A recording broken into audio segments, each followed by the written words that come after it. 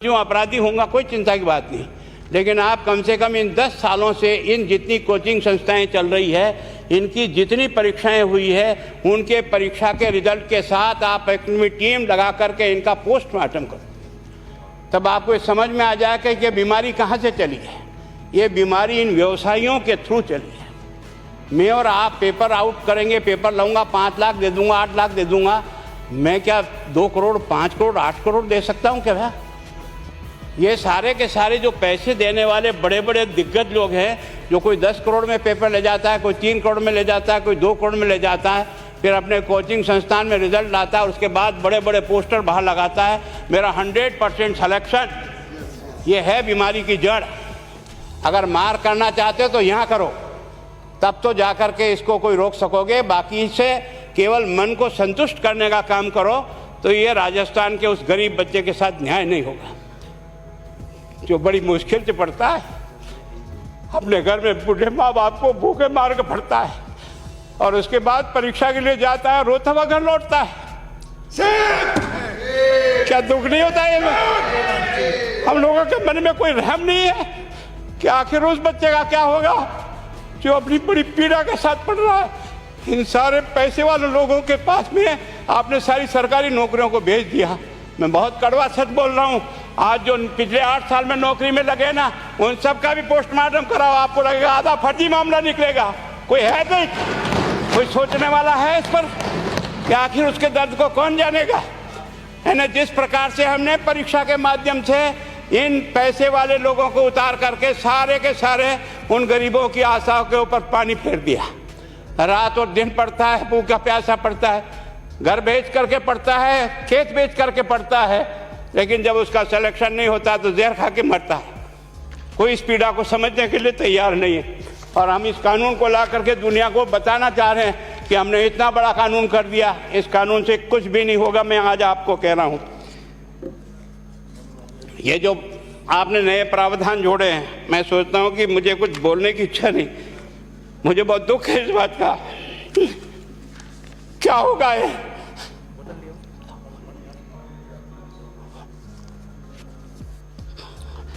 किस तरह की गैंग पालनी है उन्हें? पानी पिला दो, है ना। मैं उस दिन भी पूछा था कि मैंने कहा ये शिक्षा संकुल पे है, जिन लोगों को ड्यूटी पे लगाया, इसको लगाने वाला दोषी कौन है, जिसके कारण से पेपर जो है ना काट करके निकाल दिया।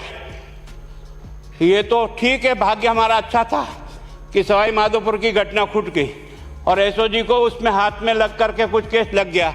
अगर वो केस नहीं लगता तो आज आपकी सारी नौकरी पर इन सब बड़े बड़े दलालों के स्कूल में पढ़ने वाले बच्चे होते और मेरा गरीब का बच्चा अपना घर लौट के जाता। क्या दुर्भाग्य है। और इस कारण से केवल इसके लिए खुश मत हो जाओ कि हमने कानून बहुत सख्त बना दिया इसलिए अपराधी रुक जाएगा। नहीं, सिस्टम को बदलना होगा, ये परीक्षा का सिस्टम चेंज करना होगा। मैं सोचता हूँ कि क्या हम इतने अक्लमंद बैठे हैं, क्या इस व्यवस्था को चेंज नहीं कर सकते? क्या एक ही पेपर हर राजस्थान में 20 लाख बच्चों को दिया जाए? क्या इसका कोई ऑल्टरनेट नहीं हो सकता? इसका ऑल्टरनेट सोचना चाहिए कि हम परीक्षा को टुकड़े टुकड़ों में कैसे कर सकते हैं। जिले के अनुसार पेपर नहीं, एक नहीं हम 25 पेपर बना सकते हैं। कौन से सेंटर पर कौन सा पेपर जाएगा कोई तय नहीं करेगा कौन सा जाएगा, और हम जो इच्छा होगी उस सेंटर पे वो पेपर भेजेंगे। और ये जितने भी प्राइवेट कॉलेजों में आपने सेंटर बना रखे उनको बंद करो, इनको तुरंत बंद करिए एक ऑर्डर से। जितने भी सरकारी विद्यालय है और सरकारी नौकर ही एग्जामिनर बनेगा और एग्जामिनेशन करेगा, तब तो आप इसको बचा पाओगे। ताकि आप और मैं कितने भी कानून बदल कर दें, आपका वो जांच करेगा, आपका वो अधिकारी आएगा। आपने कहा भाई सेशन जज के नीचे नियुक्ति नहीं होगी, इसके अलग से कोर्ट होगा, बहुत अच्छी बात है। प्रोविजन जो आपने डाले हैं वो स्वागत योग्य, स्वागत करता हूं, पर इन प्रोविजन को लागू तो आप और मैं ही करूंगा, कौन करेगा? जब हम ही ठीक नहीं है तो इन प्रोविजन क्या रोएंगे अंदर बैठे बैठे? जब तक हमारा दिल और दिमाग ठीक नहीं होगा ना, इस बीमारी का इलाज नहीं होगा। हमने शिक्षा के मंदिर को भ्रष्टाचार की भट्टी में जलाकर खाक कर दिया। दुर्भाग्य हमारा। जहां से कोई आशा की किरण दिखती थी उस गरीब को कि चलो मैं अपनी मेहनत से आगे बढ़ जाऊंगा, लेकिन अब वो निराशा में आ गया।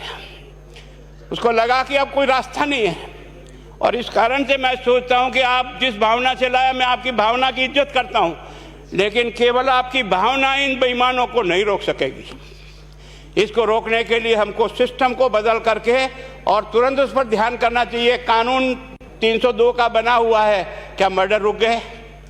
आप भी जान रहे हो, रोज के रोज पोक्सो कोर्ट में आजीवन कारावास हो रहा, क्या व्यभिचार रुक गया है? अपराधी को दंड मिल सकता है, अपराध बंद नहीं हो सकता है। अपराध बंद करने के लिए जो सिस्टम होते हैं उस सिस्टम में चलो। एकमात्र इस देश में भ्रष्टाचार की भट्टी में देश जल रहा था, केवल और केवल एक तरह से प्रत्येक व्यक्ति का खाता खुलवाकर देश के प्रधानमंत्री में सारा का सारा बेनिफिट उसका सीधा खाते में डाला। बेईमानों को चोट लगी नहीं लगी, उस तरफ अपना दिमाग बचाओ, उस तरफ अपना दिमाग लगाओ कि इस बीमारी का इलाज कहाँ है और कैसे हो, इस बारे में चिंता करने की कोशिश करो। मैं कई बार इधर सीकर और इधर गया तो मैं सोचता हूँ कोचिंग संस्थान की बिल्डिंग देखें ना तो टोपी गिर जाए नीचे से। क्या चीज़ है यार, भगवान ने क्या लक्ष्मी वहीं बरसाई है? और जो बाकी संस्थाएं, उसका कारण यह है कि हमने अपनी दुकान को इतने कमज़ोर कर दी है कि जहाँ बच्चे अच्छी तरह से शिक्षा लेकर के हम जैसे गरीब पढ़ करके यहाँ आ गए, अब वो रास्ते नहीं हैं। और इस कारण से मेरी बहुत विनम्र प्रार्थना है, इस बीमारी का इलाज चाहिए बच्चे को, कानून से नहीं होगा, कानून के अलावा होगा, और उसमें आप करें। धन्यवाद।